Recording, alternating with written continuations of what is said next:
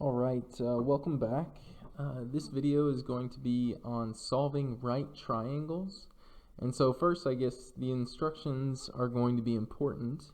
So as you can see at the bottom, I wrote example 1, solve for triangle ABC. So the question is what does it mean to solve for the triangle? And you're going to hear this quite a bit as we do not just right triangles, but when we work with triangles that are not right triangles. So let's draw a right triangle.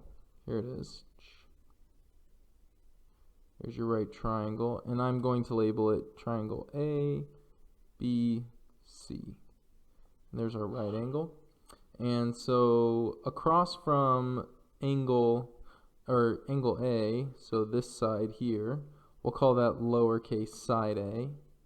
Across from angle B would be lowercase side B, and then across from the 90-degree angle is the hypotenuse, and that's going to be angle C. And so that's how we would label this thing, and hopefully that makes sense. But when you're solving for a triangle, you want to find all sides or side lengths and all angle measures. So when somebody asks for you to solve for the triangle, they're going to ask for you to give them the answers to all the sides and all the angles. So you should have 6 pieces of information. If you think about it, we'd have the measure of angle A, angle B, and we already know angle C. In this case, in right triangles, it's always 90. But when you get into other areas where it's not right triangles, then angle C wouldn't be 90 degrees. Then you'll have side length A, side length B, and side length C. And so you'll have 6 pieces of information that you need to find. Alright? So we're going to use some trig here in these examples in order to help us out. If you want to pause the video and find a calculator, you're going to want to do that because we're going to need a calculator in order to solve these. But make sure that your calculator is in the appropriate mode, and that mode needs to be degrees because we are working with degrees in the triangle. Alright, so with that said, let's get started. So we have triangle ABC here in this first example. Notice angle B, I already know it. Angle B is 53 degrees. Angle C, we obviously know, is 90 degrees. And angle A, we don't know it, but I think we could find it. So if we know that the three angles of a triangle should add up to 180 degrees, then we are going to just kind of add those together and subtract. So that would be 180 degrees minus 143. And so do a little math in your head. Hopefully you would come up with, on the count of 3, we'll say it together, 1, 2, 3, 37 degrees. So 37 degrees would be that. If you need to use a calculator, go ahead. Now the real question is how do I find these other side lengths? Because look at it. We don't know side A, right? So side A across from angle A, we don't know. We don't know side C. That's the hypotenuse. We don't know that either. We only know side B, and that's 2. And so you can't really use the Pythagorean theorem because in order to use the Pythagorean theorem, we're going to need to know 2 sides so that we can find one missing side. So we're left to do some other work. And so this is where trigonometry comes into play. It's very helpful. I'm going to label this side A. And I'm going to label this side C. Whoops. Label it side C. And so then we're going to create 2 trig expressions. One for A and one for C, and then we're going to solve them. So think about this. 53 degrees. I want to use the 2, and I want to use the A. Can you think of what trig function would use 53 degrees, this angle, and then use the side length of 2, which is the opposite, and use the side length of A, which is the adjacent? What trig function uses opposite and adjacent? And if you're saying tangent to yourself, then you are correct. So I would say the tangent of 53 degrees, right, like this, equals 2 over a. And then I'm going to solve for a. So I'm going to multiply by a on both sides to get a gone. And then I'll have a times the tangent of 53 degrees equals 2. And then we're going to divide by tangent of 53 degrees. Whoops, don't need that equal sign there. Divided by tangent of 53. And that's what a would equal. And that's where your calculator is going to come into play. You want to do 2 divided by the tangent of 53 degrees. And make sure your calculator is in the degree mode. And you will be okay. Alright, so I found a to equal 1.507. And so that's what this side length will be. And if you want, you can use the Pythagorean theorem to find your missing side C, if you think that's easier.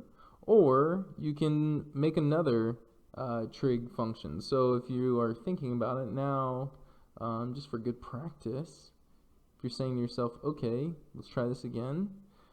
53 degrees is my angle being given. And I want to use side C, and I always use the side that's given. So what uses the opposite and the hypotenuse? And so in that case, it would be the sine. So the sine of 53 degrees would equal 2 over C. And then I would solve it the same way I did the previous one. So it would be like C equals 2 divided by sine of 53 after I multiply and divide. And so then I would use my calculator to figure out what C equals. So I found C to equal 2.504. Alright, and so that's one way that we can solve for the triangle. Now notice that we know all the angles and we know all the sides. 2.504. Couple things I just want to point out that I always tell my students is, if you notice, how can you check to make sure your work's okay? Locate the smallest angle. So here's the smallest angle, A, 37 degrees. And then notice that it is across from the smallest side, 1.5, right? Do the same thing for the smallest or the largest angle, C. The 90-degree angle is always the largest angle in a right triangle. And notice it's across from the hypotenuse, which is C, and that is the biggest side. So biggest angle should be across from the biggest side. Smallest angle should be across from the smallest side. All right, hopefully that makes sense. Let's try one more. So in this problem, we know that angle B is 51 degrees. We know that lowercase a is 3, and we need to find, and we know, we also know that angle C is 90 degrees. So we need to find angle A. What's that? We need to find side B. What's that? And we need to find side C. That way we would have all 6 pieces of information about the triangle. So easiest one is to find the missing angle, since we know 2 of the angles. So angle A, right?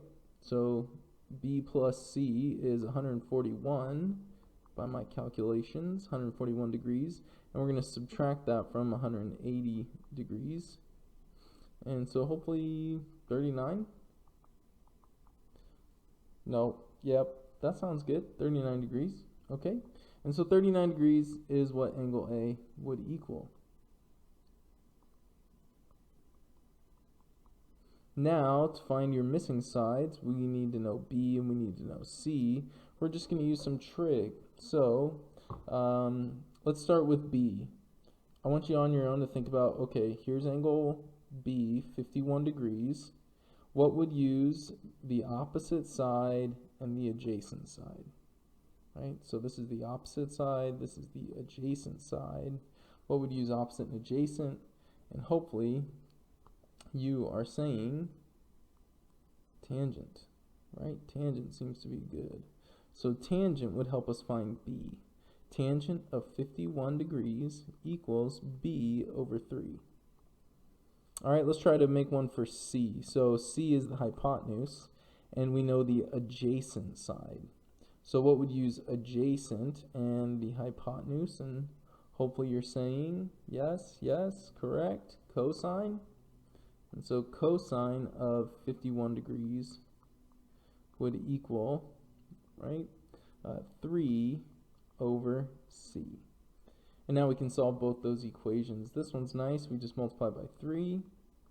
So b is going to equal 3 times the tangent of 51 degrees, and we can do that in our calculator. And then this one we'd have to multiply by c and then divide by the cosine of 51. So c is going to equal 3 divided by the cosine of 51 degrees. Okay, make sure your calculator is in degrees, and you can plug both of those in and find it. All right, I'll be right back. All right, I plugged those into my calculator, and I got 3.705 for B, and I got 4.767 for C. Hopefully you got the same thing as me, and we could agree on that. So that would be the basics of solving for a right triangle. I thought I'd bring up everybody's favorite right triangle. It's a Pythagorean triple, 3, 4, 5, and the thing that's interesting about this is you know all the side lengths. You know that angle C is 90 degrees, but the question now is well, what is angle B and what is angle A?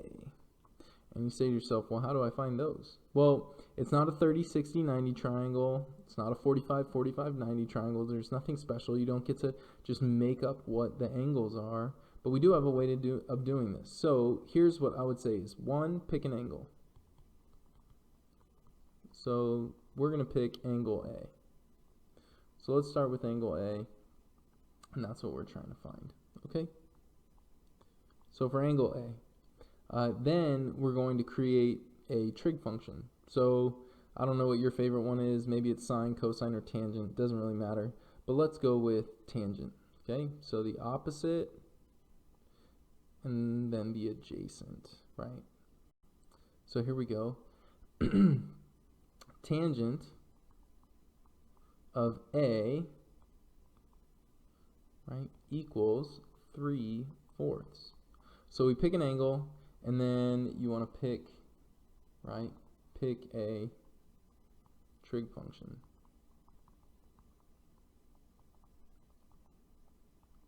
Now that you've got the trig function, say to yourself, okay, the tangent of some angle equals 3/4. Well, what do I want to know? I want to know what the angle actually is, and so we can use an inverse function. So the angle A is going to equal the inverse of tangent of 3/4. So in your calculator, you should be able to locate an inverse tangent button, and what you're going to do is you're going to do the inverse tangent of 3/4, and then you're going to learn the angle. So it's the opposite of a trig function, right? A trig function says plug in an angle and then you get out the ratio. Whereas now, with inverse functions, you plug in the ratio to the inverse function and out will come the angle that you need to know. All right? And so use your calculator, make sure it's in degrees. And if your calculator is in degrees, it should tell you that angle A is roughly 36.87 degrees. All right, and so then now that we know A, we can find B pretty easily just by doing 180, right, minus 126.87.